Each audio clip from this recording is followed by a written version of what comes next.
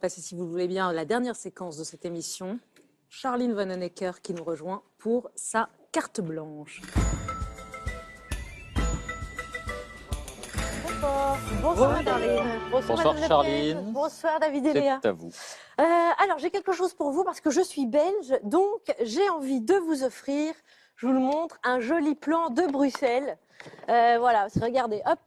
La ville n'est pas grande, mais en fait, je ne sais pas pourquoi, il y a des gens qui ne retrouvent jamais le chemin du Parlement. Alors regardez, moi j'ai fait un truc en rouge là, c'est ici.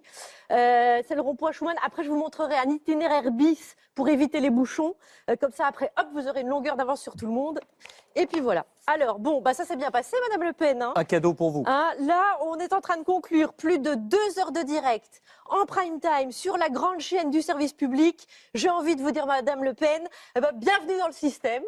En tout cas, vous êtes mieux reçue ici qu'à la Trump Tower. Hein, ça, Et puis, vous êtes dans une émission qui va devoir sortir son carnet de chèques, parce que je suis belge, donc travailleuse étrangère. La télévision publique va devoir raquer tout ça pour vous faire subir mes sarcasmes. D'ailleurs, ce thème, c'était le sujet du reportage en immersion. Et parmi les jeunes femmes en formation, vous aviez pas l'air super à l'aise. On aurait dit cauchemar en cuisine. Bon, enfin, ça, c'est sur M6, donc on va pas s'étendre. À propos de l'immigration, vous vous êtes interrogé avec David sur les moyens de renvoyer les immigrés chez eux. Vous disiez que les seuls moyens de les renvoyer, c'est évidemment par bateau ou par avion. Mais est-ce que vous avez pensé à la catapulte ? Je suis aussi là pour apporter des solutions. Pourtant, Madame Le Pen, je suis sûre que tout au fond de votre petit cœur, vous avez juste envie que les travailleurs étrangers ils rentrent au pays pour retrouver la chaleur de leur famille. Quoi. Vous l'avez dit vous-même, je ne suis pas un monstre, vous l'avez dit. Et ça se voit, votre nouveau logo, là, vous avez un petit côté fleur bleue quand même, hein, maintenant.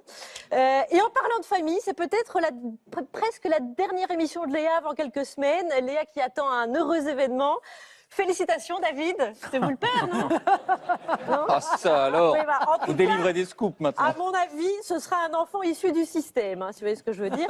Alors David, pour remplacer Léa, je dois vous dire, Alain Juppé a appelé, il ne veut pas être le plan B.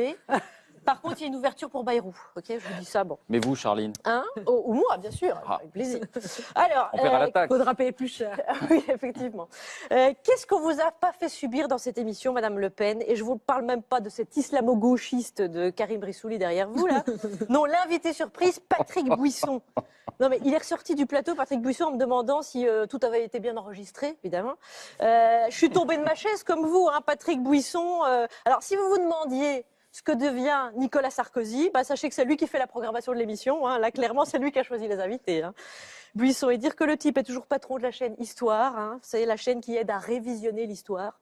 Alors, moi, je préfère vous dire que j'étais pas pour. J'étais pas pour, et aussi, j'ai trouvé ça mesquin de vous remettre sur le nez comme ça vos petits ennuis judiciaires. Moi, je vous félicite pour ça, Madame Le Pen, pour vos ennuis judiciaires, parce que ça fait de vous un parti comme les autres. Voilà. Je dois vous féliciter aussi parce que quand on voit ce qui se passe dans les autres partis politiques, où on engage sa femme, ses enfants, allons-y, dans l'opacité la plus totale, alors que chez vous, ça se fait en toute transparence. Voilà. Je veux dire, le père, une sœur, le compagnon, la transparence, et même dans le nom de votre PME, montre tout. Et puis vous, au moins, vous connaissez la signification du mot népotisme, du latin nepos, le neveu. Avec Madame Maréchal, votre nièce qui est là, hein, au FN, vous êtes dans l'authentique népotisme. Vous voyez, vous n'êtes pas dans ce népotisme de bazar qu'on voit partout à l'Assemblée. Quant à l'affaire Fillon et aux emplois fictifs, dans le cas du FN, c'est pas du tout la même affaire. Moi, il faut que je vous explique ça. Hein. Madame Fillon semble ne pas avoir travaillé du tout, contrairement aux assistants Front National au Parlement européen qui, eux, ont travaillé. Alors, d'accord, ils ont bossé pour le parti et pas pour l'Europe. Mais donc, dans votre cas, c'est pas de l'emploi fictif. C'est du faux et usage de faux emplois fictifs. Nuance.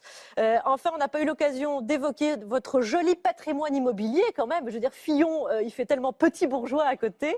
Hein, c'est bien la preuve que vous êtes la candidate du nanti-système. Et pour ça, pour toute cette normalisation, vous méritez des applaudissements. Bonne soirée. Merci Charline. Merci Charline. Merci.